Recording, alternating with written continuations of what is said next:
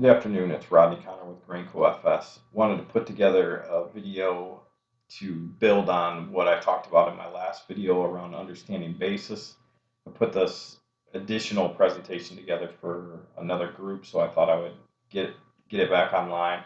Some of this was already covered, so I'm going to start in the middle, and it's especially relevant today for anybody that has any old crop corn or soybeans left in the bin.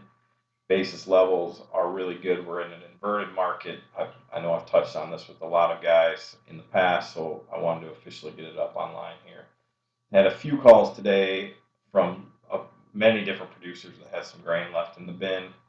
They're being offered all sorts of contracts here. They're being offered free DP for any of that, being offered storage, and being offered basis contracts. I would remind you that anytime you hear of anybody looking for free DP, it's time to start looking at a basis contract. So I just wanted to do a little talk about that right now. So I'm going to continue on a video that I've already posted and is up previously, and I'm going to go right here to putting it all together by taking it all apart on basis contracts.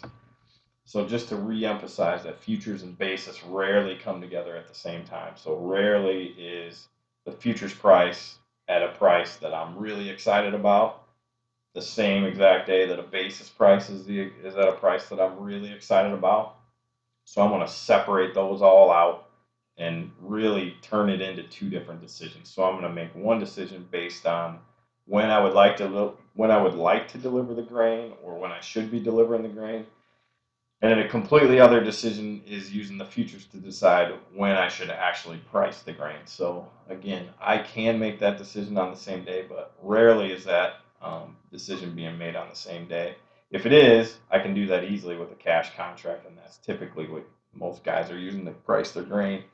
But just to re-emphasize again, every time I am making a sale, I'm going to ask, do I like the delivery? Do I like the basis? Do I like the futures? And I'm going to make a decision accordingly. So specifically on this old crop corn that's still in the bin, I'm going to go down to our cash bids tonight. The river, I can tell by basis, is the best bid in town right now. So I'm going to specifically look at that river bid on my bid sheet. These are Morris river bids. Cash price tonight, old crop corn, $370 for the rest of July. First half August is $368. I'm just going down the left side here.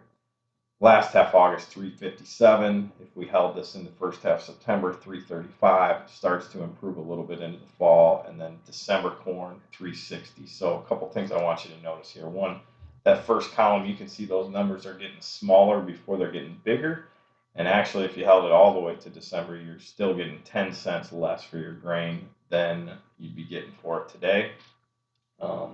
So if we held this grain in our bin, or we put it into storage, or whatever happens, if we hold it all the way to December and the price goes up 10 cents, that basis is going to take away that whole gain, leaving me back to the 370 cash price that I could have gotten delivering it today. The other thing I want you to notice is out in the basis column, we're 6 over nearby, 4 over for first half August, and 7 under for last half August. So those are really easy to see where that money's coming from. We're using September futures up on the right, and our cash price today is 6 cents over September futures at 370, and then continues to get worse down into that last half August at 7 cents under September futures at 357. Now, when we get to September, we're going to start basing our cash price off of December futures. So this is where it can start to get a little confusing. Our first half September bid is 29 under December, with our fall bid 34 under December, and our December bid 12 under December. So we're using a different futures month, but the thing to keep in mind is it doesn't matter. It's all based on the cash price. So today's bid, 370 cash, is actually 2 cents under December futures. So what I'm proposing a farmer can do is do a basis contract off of December futures. Since our cash price is 370 today, that's going to be, you can write a contract either as 6 over September futures, or you can write it 2 under December futures. It's all the same thing. If we do that, you could deliver the grain now at 2 under December futures, which is significantly better than that first half set bid at 29 under, fall bid at 34 under, and December at 12 under. So, compared to our December bid, if you held that corn all the way to December, you're going to have a 10-cent better basis. You can deliver now, no more worries about discounts or quality of the grain or just holding it or making space for this hopefully big new crop that we have coming in. You lock in 200 December futures, and now you just shift your attention to that December futures and right on the board of trade. It's going to trade independent of the cash market, and you can watch it. If we go up $1, you're going to gain $1. If we go down $1, you're going to lose $1 from where we are today. But you would have lost that amount of money, and looking at basis, probably a little bit more had you held on to that grain and not delivered against it.